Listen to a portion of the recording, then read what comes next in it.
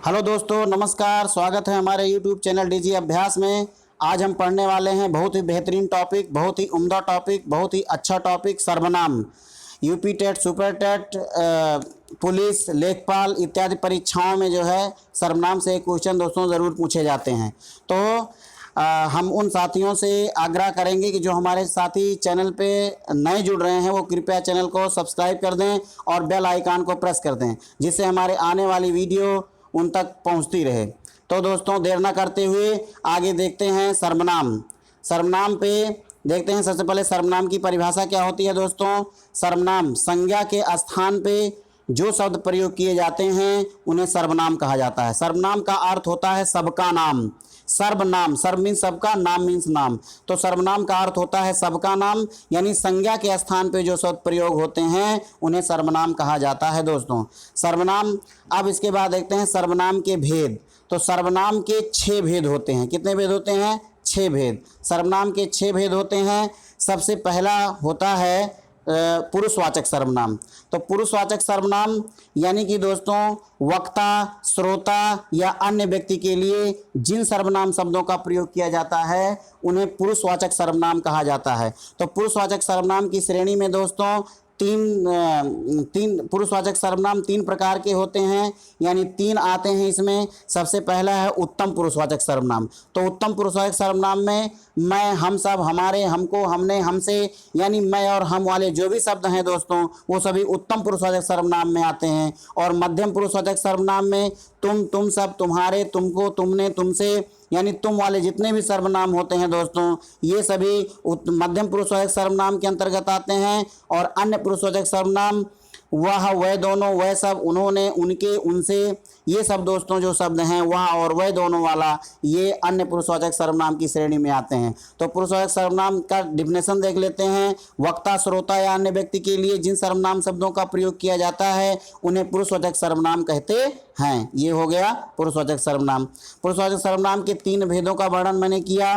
तो सबसे पहले आइए देखते हैं उत्तम पुरुषवाचक सर्वनाम। कभी कभी दोस्तों ऐसा होता है कि पूछ लिया जाता है कि उत्तम पुरुषवाचक सर्वनाम किसे कहते हैं, है ना। तो इसके लिए ऑप्शन भी दे दिया जाता है। तो बोलने वाला अपने लिए जिन सर्वनाम शब्दों का प्रयोग करता है उन्हें उत्तम पुरुषवाचक सर्वनाम कहा जाता है। बोलने वाला यानी कि वक्ता जो होता है दोस्तों वो जब अपन जिन सर्वनाम शब्द का प्रयोग करता है अपने लिए उन्हें उत्तम पुरुषवाचक सर्वनाम की श्रेणी में रखा जाता है। जैसे यहाँ पे देखेंगे एग्जाम्पल दिया गया है, मुझे दिल्ली जाना है, हम पिकनिक पर जा रहे हैं। तो यहाँ जो मुझे है और जो यहाँ पे हम है ये दोनों उत्तम पुरुषवाचक सर्वनाम की श्रेणी में आते हैं, क्योंकि वक्ता जो है वो स्वयं कह रहा है कि मुझे क्या करना है। इसलिए उत्तम पुरुषवाचक सर्वनाम मैं, हम दोनों, हम सब, हमारे, हमको, हमने, हमसे, जो मैं और हम वाले शब्द होते हैं वे उत्तम पुरुषवाचक सर्वनाम की श्रेणी में आते हैं दोस्तों। और आगे देखते हैं दूसरा जो है ये है मध्यम पुरुषवाचक सर्वनाम। ये सब पुरुषवाचक सर्वनाम के अंतर्गत होते हैं दोस्तों, 3 होते हैं। तो दूसरा जो है ये है मध्यम पुरुषवाचक सर्वनाम। मध्यम पुरुषवाचक सर्वनाम में क्या होते हैं कि वह सर्वनाम शब्द जिनका प्रयोग सुनने वाले के लिए किया जाता है उन्हें मध्यम पुरुषवाचक सर्वनाम कहते हैं। यानी सुनने वाला जो होता है उनके लिए जिन सर्वनाम शब्द का प्रयोग किया जाता है उन्हें मध्यम पुरुषवाचक सर्वनाम कहा जाता है। जैसे आप जल्दी से पानी पी लीजिए, और यहाँ तुम कल क्यों नहीं आए थे। तो आप और तुम, मैंने बताया तुम सब, तुम दोनों, तुम सब, तुम्हारे, तुमको, तुमने, तुमसे, यानी तुम वाले जो शब्द होते हैं वो मध्यम पुरुषवाचक सर्वनाम की श्रेणी में आते हैं दोस्तों। आगे देखते हैं। इसके बाद अगला है अन्य पुरुषवाचक सर्वनाम। अन्य पुरुषवाचक सर्वनाम में देखेंगे, मैंने अभी ऊपर बताया कि वह दोनों, उन्होंने, उनके, उनसे, ये सब जो शब्द है ये अन्य पुरुषवाचक सर्वनाम की श्रेणी में आते हैं। तो जिन सर्वनाम शब्दों का प्रयोग बोलने वाला सुनने वाले से किसी अन्य व्यक्ति के लिए करता है उन्हें अन्य पुरुषवाचक सर्वनाम कहते हैं, उन्हें अन्य पुरुषवाचक सर्वनाम कहते हैं। तो जैसे दोस्तों मैं हो गया, तो मैं जो है, जो मैं वक्ता यानी जो बोलने वाला है, जैसे मैं बोल रहा हूं तो उत्तम पुरुषवाचक हो गया। या आपसे मैं कुछ कह रहा हूं तो आप जो है मध्यम पुरुष हो गए। और जब किसी तीसरे व्यक्ति के बारे में बात करेंगे तो वो अन्य पुरुष हो गया। जैसे देखेंगे वह अकेला ही रहता है। यानी मैंने आपसे कहा कि वह अकेला, यानी थर्ड पर्सन के बारे में बात हो रही है, इसलिए वह जो है ये अन्य पुरुषवाचक सर्वनाम की श्रेणी में आएगा। और उसे कई पुरस्कार मिल चुके हैं, तो उसे यानी उसके लिए बात हो रही है, हम आपसे कह रहे हैं उसे कई पुरस्कार मिल चुके हैं, इसलिए उसे जो है ये अन्य पुरुषवाचक सर्वनाम की श्रेणी में आएगा। उसके बाद दोस्तों तो ये समझ में आ गया होगा अच्छी तरह से कि जो है मध्यम पुरुषवाचक, उत्तम पुरुषवाचक और अन्य पुरुषवाचक। उत्तम पुरुषवाचक में एक बार दोहरा दे रहा हूं, उत्तम पुरुषवाचक सर्वनाम की श्रेणी में मैं और हम वाले जो भी शब्द हैं वो उत्तम पुरुषवाचक सर्वनाम की श्रेणी में आएंगे, और तुम वाले जितने भी शब्द हैं, तुम आप वाले जो भी शब्द हैं वो सभी मध्यम पुरुषवाचक सर्वनाम की श्रेणी में आएंगे, और वह और वह दोनों वाले जो शब्द हैं वह उन्होंने उनके ये सब अन्य पुरुषवाचक की सर्वनाम की श्रेणी में आते हैं। दूसरा देखते हैं निश्चयवाचक सर्वनाम।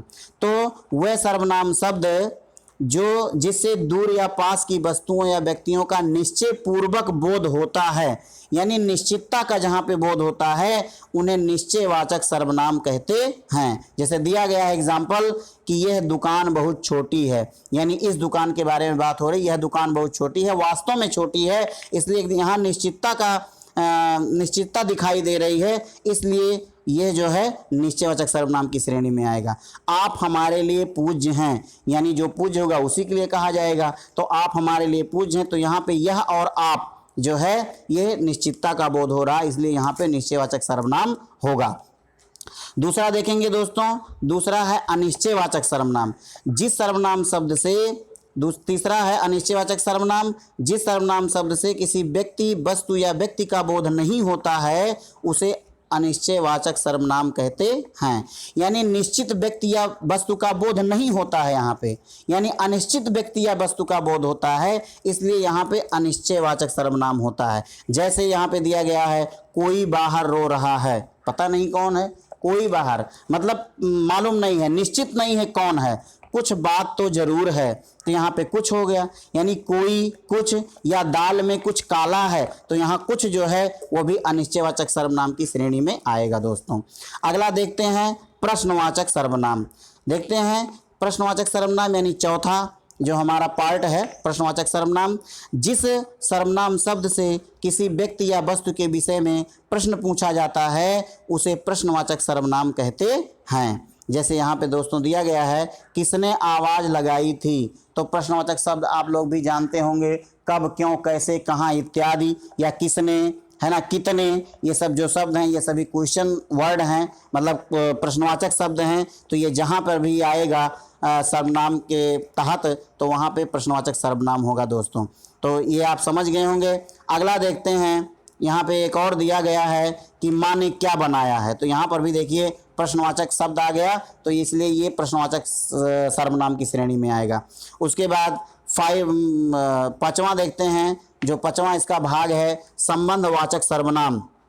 यानी जो सर्वनाम शब्द दो शब्दों या वाक्यों को जोड़कर उनका आपस में संबंध प्रकट करते हैं उन्हें संबंधवाचक सर्वनाम कहते हैं। तो जहाँ पे संबंध बताया जाए वहाँ पे संबंधवाचक सर्वनाम।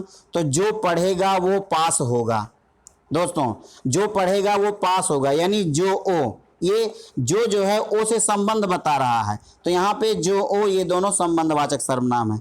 जैसा करोगे वैसा भोगोगे, तो जैसा वैसा ये जो है संबंधवाचक सर्वनाम की श्रेणी में आएगा। तो यहाँ पे संबंध बताया जा रहा है, जैसा वह, जिसकी लाठी उसकी भैंस, तो जिसकी उसकी ये दोनों संबंधवाचक की श्रेणी में आएगा दोस्तों, समझ गए होंगे।